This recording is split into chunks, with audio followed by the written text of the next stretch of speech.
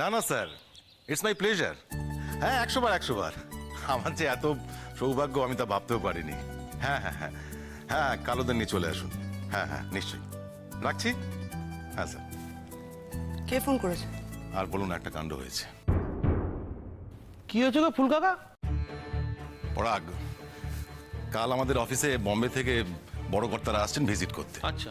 কাল রাতের ফ্লাইট ওটা চলে যাবে, তো সেই উপলক্ষে আমরা ওদের একটা ট্রিট দেবো। হ্যাঁ, তো এখন আমার স্যার ফোন করে বলছেন যে ওরা ওই হোটেল রেস্টুরেন্টে খেতে চায় না, ওরা হোমমেড খাবার খেতে চায়। তা আমি বলে দিয়েছি যে ওরা সবাই কাল আমার বাড়িতে লাঞ্চ করবে। হ্যাঁ কঙ্কনা, বলছি যে তোমার তোমার অসুবিধা হবে? বলে দিয়ে এখন জিজ্ঞেস করছে কোনো অসুবিধা হবে? না না, কোনো অসুবিধা হবে না আঙ্কেল। কেনই বা অসুবিধা হবে আন্টি, বলো তো? বাড়িতে একটা লোক রেখেছো তো, রাখোনি? তাকে খাওয়াচ্ছ, পড়াচ্ছ, সব রকম সুযোগ সুবিধা দিচ্ছ, তাকেও তো ইউটিলাইজ করতে হতে পারে কখনো কখনো। শাবনাম রান্না করুক, বেস্ট হবে। শাবনাম রান্না করুক না, কোনো ব্যাপারই না। দেখো আঙ্কেল, শুধুমাত্র ঠাম্মি শাবনামের ছোঁয়া খাবে না, ঠিক আছে? খেলো না, ঠাম্মিটা বাদ দিয়ে বাকি সকলের রান্নাটা শাবনাম করবে। কেমন? কি যশ, পরাগদা, বলো কোনো প্রবলেম আছে? পারফেক্ট আছে। ঠিক আছে না? একদম। তাহলে এটাই ফাইনাল করছি যশ, এটাই তাহলে ফাইনাল রইলো আন্টি, শাবনাম রান্না করুক। আচ্ছা শোনো না, তোমাকে আমি পরশুদিন বলেছিলাম না, তুমি যখন বললে যে তোমার সিনিয়ররা আসবেন, আমি বললাম হোটেলে নয় বাড়িতেই সব বন্দোবস্ত করো। হ্যাঁ হ্যাঁ, সেটা ব্যাক অফ দ্য মাইন্ডে ছিল বলেই বলার ভরসা পেলাম আর কি। সেই জন্যই বললাম যে ওদের নিয়ে আমাদের বাড়িতে চলে আসুন। বেশ তো করেছো। ওরা হোমমেড খাবার খেতে চাইছে। এখন দেখো, বাড়ি থেকে রান্না বান্না করে অফিসে নিয়ে গিয়ে খাওয়া দাওয়া হতেই পারে, তাতে ঠিক আপ্যায়নটা হয় না। তাই বললাম যে ওদের নিয়ে এখানে চলে আসো। কি পরাগ, আমি কিছু ভুল বলেছি? হ্যাঁ না না, একদম ঠিক কথা বলেছো। একদম যা হবে বাড়িতেই হবে। হ্যাঁ। রোহিণী, কি যেন একটা বলার ছিল তোমার না, এতক্ষণ কেন এত বকবক করছি বুঝতে পারছো? তোমার মাথায় যা বুদ্ধি আন্টি, আমার যদি এক, সত্যি বলছি, আমার যদি এক কণাও থাকে। Thank you, thank you. Yash, শোন না, কিছু ভুল ডিসিশন নিলাম কি? সবটা ঠিকঠাক আছে তো? দেখ, আমরা যদি বাড়িতে ডেকে নিজেরা রান্না করে খাওয়াতে পারি, তাহলে তো ডেফিনেটলি আঙ্কেলের সিনিয়র আফটার অল, ভালোই হবে। আঙ্কেলও একটু গুড বুকে চলে যাবে। কি না না, আঙ্কেল? আমি গুড বুকেতে আছি, অলরেডি গুড বুকে আমি আছি। আমরা ওদের কাজ করি এবং কাজটাই আসল। আমি তো জানিস, আমি কাজে কোনোদিন ফাঁকি দিই না, হয়তো কোনো প্রশ্নই ওঠে না। না, সেটা বড় কথা নয়। কথা হলো যে এসব ক্ষেত্রে না কি হয়, একটা ইন্টিমেসি তৈরি হওয়ার সুযোগ থাকে। ওরা হোমমেড খাবার খেতে চেয়েছে, তো ওরা এসে খেলো, খুশি হলো, আমিও খুশি হলাম, ওরা খুশি একদম হলো। একদম। আমার এর মধ্যে একটাই খালি জিজ্ঞাসা আছে। কি জিজ্ঞাসা? মানে বলছিলাম যে খাবারটা বাঙালি হবে তো, মানে কবজি ডুবিয়ে খাওয়া যাবে তো? ও, তাহলে তো শাবনামকে এবার ডাকতে হয়। ও কি রান্না পারে না পারে একবার জেনে নেওয়াটাই ভালো। অবশ্য আমার তো মনে হয় ও বিরিয়ানি টিরিয়ানি পারবে, কারণ ওদের মধ্যে তো আবার এসব খাবার দাবার খুব হয়, তাই না? আচ্ছা যশ, রোহিণী, তোমরা কাল থাকছো তো? Aunty, sorry sorry sorry, very sorry. কি হয়েছে? কাল তো আমরা থাকতে পারবো না। কালকে অ্যাকচুয়ালি কলেজে একটা নাচের কম্পিটিশন আছে, আমি সেখানে নাম দিয়েছি। খুব ভালো খবর, আগে বলোনি কেন? তোমাকে বলবো? হ্যাঁ, আমাকে বলো। তোমাকে কি মুখে বলবো? তুমি এত বড় ডান্সার ছিলে, এত ভালো নাচ করো তুমি। আমি কি আর, তুমি আমার কথা বাদই দাও। আমি জাস্ট ভাবলাম যে ঠিক আছে, কলেজে যখন কম্পিটিশন হচ্ছে, ছোট থেকে টিচার রেখে একটু আধটু তো নাচ শিখেছি, দি না হয় কম্পিটিশনে নাম। না, আবার অনেকে আছে জানো তো, একটু হাত ফাত নাড়তে পারলেই মনে করে সে বিরাট ডান্সার। তাই কম্পিটিশনেও নাম দিয়ে দেয়। আমি বাবা নিজেকে নিয়ে অত ওভার এক্সপেক্ট করি না, আমি এমনি নাম দিয়েছি।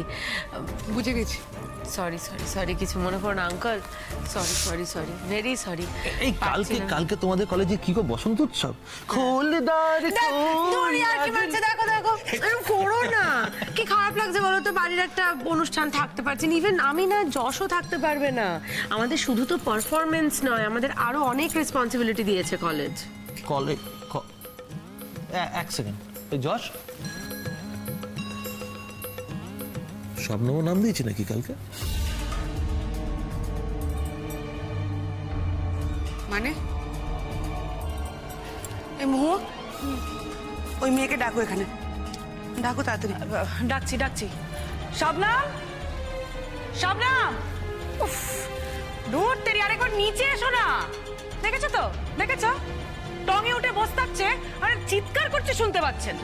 আরেকবার ডাকো, আরেকবার ডাকো। এই শবনম, এ বাবা চোখের সামনে থাকবে তো বলো। শবনম, কি আশ্চর্য, ও তোমাদের সামনে ঘুরঘুর করলে বলো যে আমাদের সব কথার মধ্যে নাক গলিও না, যাও তোমার কাজ হয়ে গেলে উপরে যাও। তোকে তো যে কোনো একটা পথের কথা বলবে।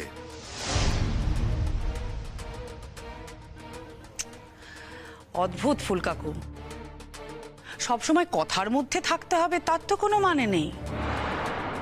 চোখের সামনে আশপাশে থাকতে পারে। এই তো দেখতেই তো পাচ্ছ, এতবার করে ডাকছে উনি শুনতেই পাচ্ছেন না। শবনম, আমি শুনতে পেয়েছি, বলো।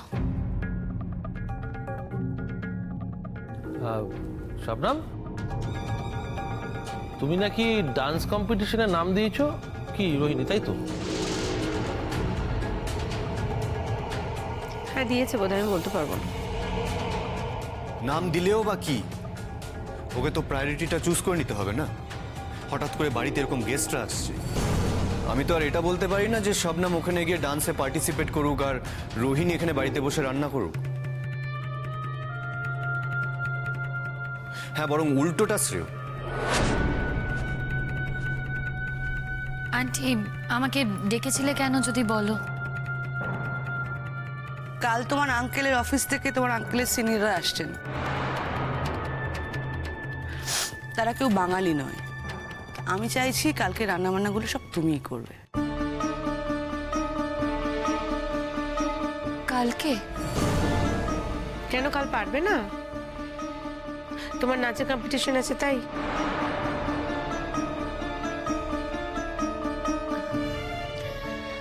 ঠিক আছে, ডান্স কম্পিটিশন তো 3টের সময় গেলেও চলবে। আন্টি, তার আগে নয় আমি সব রান্না বান্না করে গুছিয়ে দিয়ে যাব, তাহলে হবে তো? শুধু রান্না করাটা বড় ব্যাপার না, সার্ভ করাটা অনেকটা বড় ব্যাপার। আর আমার মা আর বৌদিরা তো একা একা সার্ভ করবে না, তোমাকেও সেখানে প্রেজেন্ট থাকতে হবে। কালকে নাচের কম্পিটিশনের সময়টুকু তো আমাকে একটু ছাড়তেই হবে। এ তো ভারী অন্যায় আবদার। আচ্ছা তুমি আমাদের কি ভেবেছো একটু বলবে শবনম? আমাদের বাড়িতে থাকছো, খাচ্ছো, সবটাই তো বিনা পয়সায় হয়ে যাচ্ছে, কোনো খরচা নেই তোমার। তোমাকে পড়ারও সুযোগ করে দেওয়া হয়েছে, তার উপরে তুমি আবার ডান্স কম্পিটিশনে যাবে, সেটাও তোমায় করতে হবে। না মানে অন্য কারোর বাড়িতে তো এইভাবে থাকা যায় না, তাই না? কমিটমেন্ট বলে তো একটা বস্তু রয়েছে। এখন তো আবার আমরা তোমাকে বলতেও পারবো না যে না যেও না ডান্স কম্পিটিশনে। জস তো ঠিক কথাই বলেছে ফুলকাকি।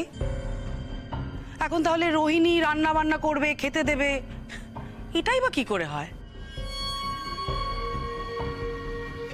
তাহলে কি কাল আমার ডান্স কম্পিটিশনে যাওয়া হবে না?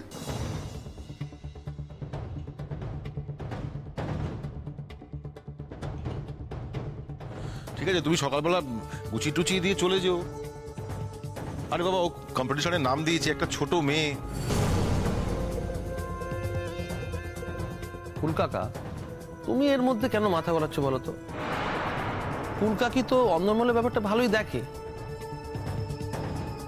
আরে বাবা, আমাদের সংসারটা তো সুস্থভাবে সুষ্ঠুভাবে কি সুন্দর চালনা করছে ফুলকাকি, তার মধ্যে তুমি কেন কথা বলছো? আর তাছাড়া ও আমাদের বাড়িতে আশ্রিতা। হ্যাঁ, পাকে চক্রে পড়ে ডাক্তারিটা পড়ছে। সে ডাক্তারি কিংবা ইঞ্জিনিয়ারিং তো অনেকভাবেই পড়া যায়, তাই না? কোনো বড়লোক বাড়ির মাথায় হাত থাকলে তো আরামসেই পড়া যায়। আর ও তো, আমরা তো ওকে আমাদের বাড়ির বাইরের লোক ভাবি না, আমাদের বাড়ির নিজেদের লোক। তা এখন বাড়ির একটু দরকার, ওকে রান্না বান্না করবে, তা সেখানে তো আমার মনে হয় ফুলকাকা ওর উচিত আমাদেরকে হেল্প করা। কি তাই না রোহিণী?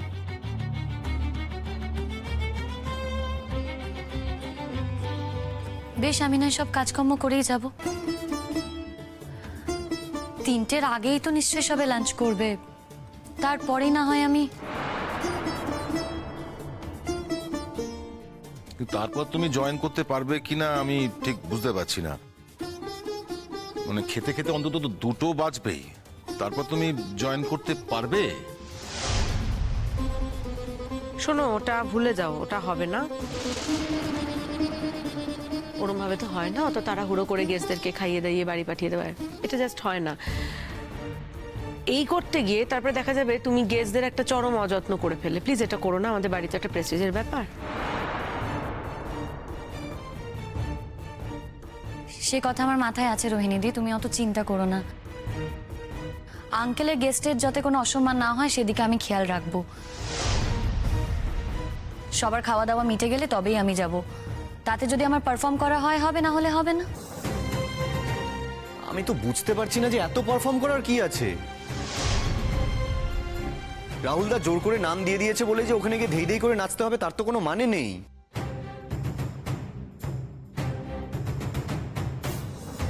শোনো জজদা, এটা না আমার ব্যক্তিগত ব্যাপার। এই ব্যাপারে যদি কেউ হস্তক্ষেপ না করে তাহলেই ভালো হয়। আর রাহুলদা আমার নাম দিয়েছে বলেই যে আমি নাচছি তা কিন্তু না, আমি নিজেও সেটাই করতে চাই। তাই আমার ব্যাপারে কেউ হস্তক্ষেপ না করলেই ভালো।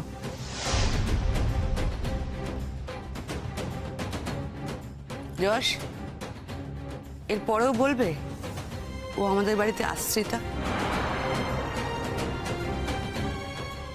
কিরম ভাবে কথা বলছি শুনছো?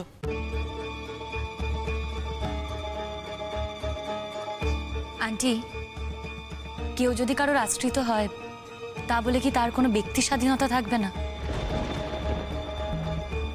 আন্টি, আমাকে যখন যা বল আমি তো তাই করে দিই। আমি তো সবকিছু সার্ভ করি, আমি কোন কথা শুনি না আন্টি? আজকে এই বাড়িতে যদি কোনো কাজের লোক থাকতো তাকে তো খাওয়া দাওয়া দিতে হতো, একটা থাকার জায়গা দিতে হতো। এছাড়াও তো তাকে ক্যাশ টাকা দিতে হতো। আমার ক্ষেত্রে তো সেটা প্রয়োজন হচ্ছে না। কোথাও একটা তো এটা সুরাহা হচ্ছে।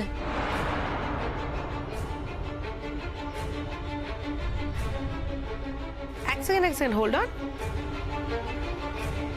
তার মানে কি তুমি ব্যাপারগুলো এখন এভাবে দেখছো, এভাবে ভাবছো তো? এই যশ, দিয়ে দে। কত টাকা ও ডিমান্ড করছে দেখ, দিয়ে দে। কত টাকা ক্যাশ চাই তোমার? আমি কিন্তু সেই কথা বলিনি। আমি বলেছি যে একটা কাজের লোককে রাখতে গেলে কিন্তু কিছু ফর্মালিটিস থাকেই। আমার ক্ষেত্রে সেসব প্রয়োজন হচ্ছে না। যেটা সত্যি সেটা তো আমি বলবোই।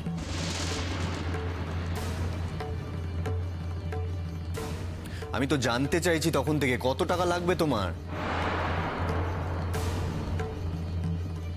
হ্যাঁ, আমাদের তো কনসিডার করার কোনো প্রয়োজনই নেই। তুমি বলো যে তুমি যদি আমাদের বাড়িতে কাজ করো তাহলে তুমি কত টাকা তোমার চাই, তা আমরা সেই টাকাটা দিয়ে দেবো। তাহলে তো একটা জিনিস অন্তত পরিষ্কার হয়ে যাবে যে তুমি আমাদের বাড়ির কাজের লোক। That's it.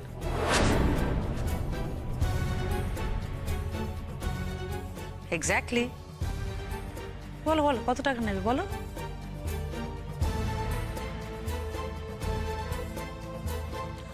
দেখো, ও কিন্তু টাকার কথা বলতে চাইনি।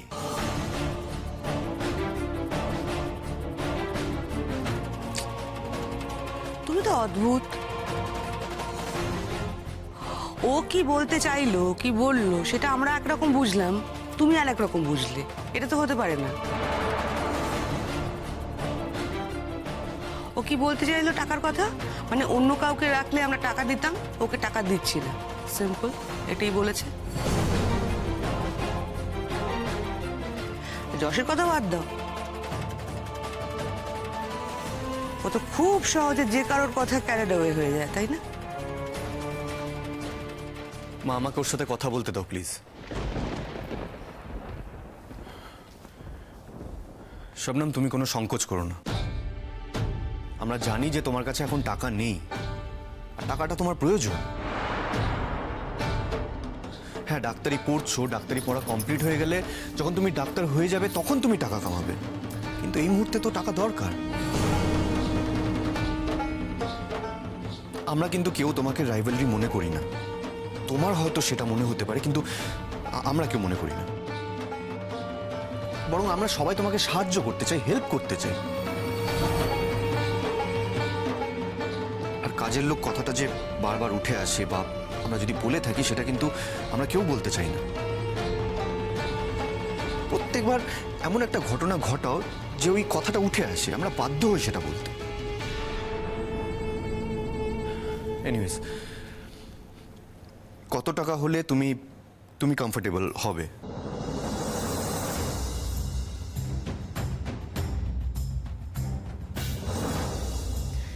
আসলে এর আগে কারোর বাড়িতে তো আমি কাজের লোক হয়ে কাজ করিনি জস্তা, তাই কাজের লোক কত মাইনে পায় আমি জানি না। তোমরা তো বাড়িতে কাজের লোক রেখেছো, তোমরা নিশ্চয়ই ভালো বলতে পারবে যে আমার কত টাকা পাওয়া উচিত।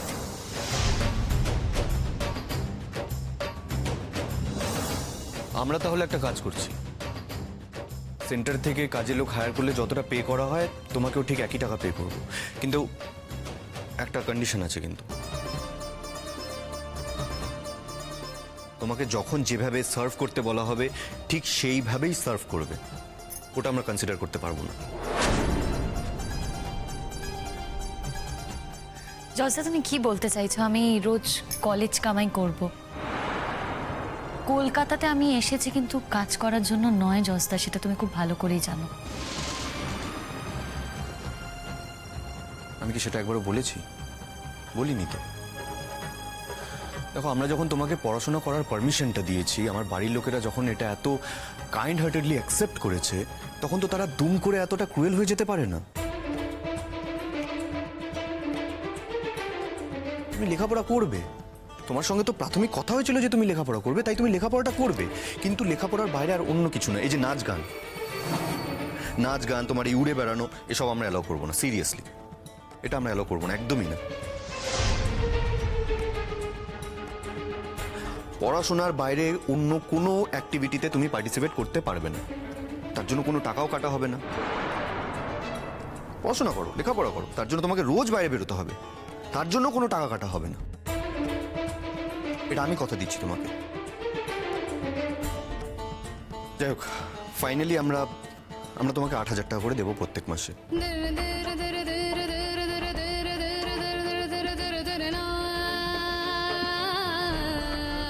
কিন্তু তুমি এটা ভুলে যেও না যে তুমি কিন্তু আজ থেকে এই বাড়িতে কাজের লোক হিসেবে জয়েন করলে, তাই বাড়ির লোকেরা যা ডিমান্ড করবে, যা বলবে, তাদের কথা শোনাটা কিন্তু তোমার কর্তব্য। বেশ, যা বললে আমি মাথায় রাখবো। আজ থেকে এ বাড়িতে আমি কাজের লোকের মর্যাদাতেই থাকবো। কিন্তু জস্তা, কাজের লোকের ঘরে কিন্তু যখন তখন যাওয়া যায় না।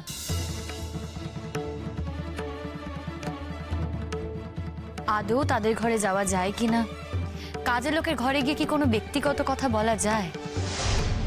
তাই আমার সাথে যদি কখনো কোনো ব্যক্তিগত কথা থাকে, তাহলে সবার সামনে ডেকেই আমার সাথে কথা বলো। আমার ঘরে গিয়ে না। আর এই কথাটা তুমি মাথায় রেখো। কাজের লোকের ঘরে কিন্তু যখন তখন যাওয়া যায় না। আদৌ তাদের ঘরে যাওয়া যায় কিনা, কাজের লোকের ঘরে গিয়ে কি কোনো ব্যক্তিগত কথা বলা যায়? তাই আমার সাথে যদি কখনো কোনো ব্যক্তিগত কথা থাকে, তাহলে সবার সামনে ডেকেই আমার সাথে কথা বলো। আমার ঘরে গিয়ে না। আর এই কথাটা তুমি মাথায় রেখো। এক সেকেন্ড দাঁড়াও, এক সেকেন্ড। তুমি আমার ছেলেকে অভিযোগ দিচ্ছ? যশ, এই মেয়ে কিন্তু ব্যাপারটা পুরো অন্যদিকে নিয়ে চলে যাচ্ছে।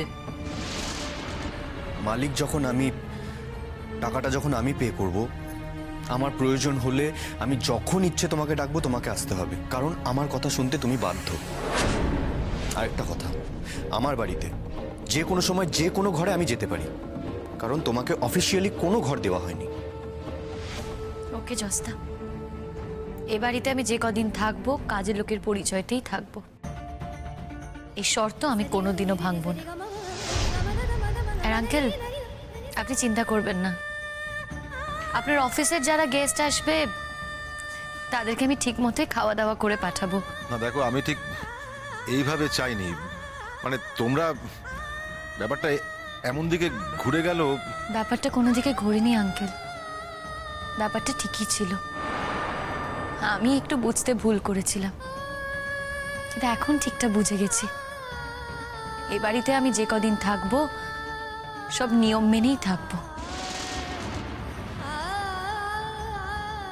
আর এই কথাটা আমি তোমাকেই বললাম জজদা,